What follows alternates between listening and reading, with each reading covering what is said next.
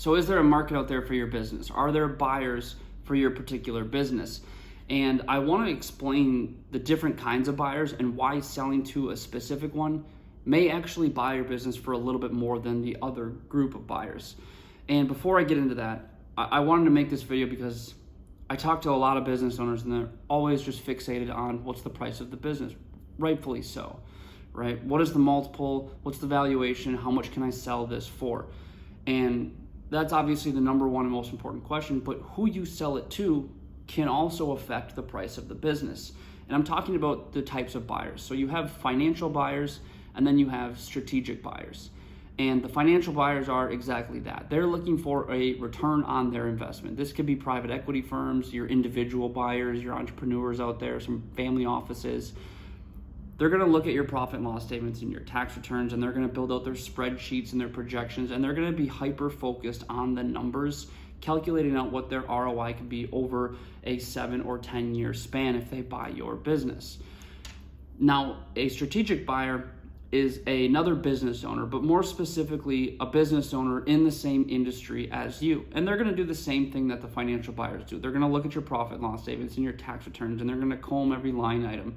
But they're not solely focused on just numbers. They also see a strategic benefit to acquiring your business. And what I mean by that is that if they own a business in the same industry, they might see buying your business beneficial in terms of expanding geographically or adding additional services that they might not currently provide at their business. Or maybe you are the manufacturer of a product that they sell, and so they're getting closer to the vendors or the manufacturers in some way, or they're getting closer to the customers. So they're looking to either expand vertically by going closer to the manufacturers or the customers, or expanding horizontally, which could be geographically or additional service lines to their business. And so this applies to all industries across the board.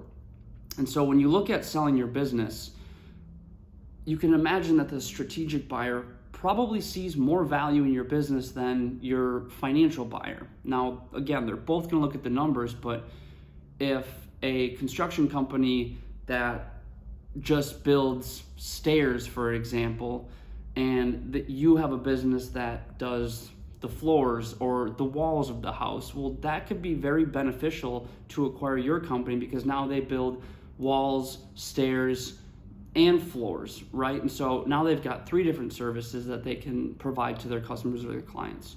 Or maybe they operate in Texas and your business is located in Oklahoma. And so now they're expanding geographically and they're getting more of a radius for their customers and their clients. And so there's a variety of different reasons why a strategic buyer would look at acquiring another business in a similar industry.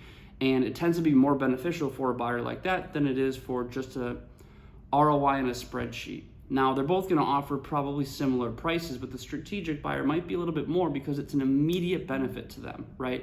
Day one, they can merge these companies, roll up the back end offices, and they've got additional services, or now they have more customers immediately, right?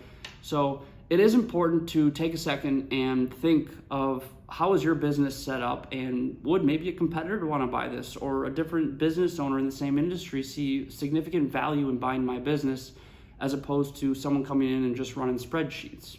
And more often than not, the strategic buyer does see more value in a business that could help their business, therefore they would pay more for the business. So I think it's important to look at your business like that. Also looking at the financials and the multiple you could sell for, making sure everything's set up properly to get the highest possible value in your business for when you go to sell, but also making sure that you're set up in a way that could be a huge benefit for another business owner.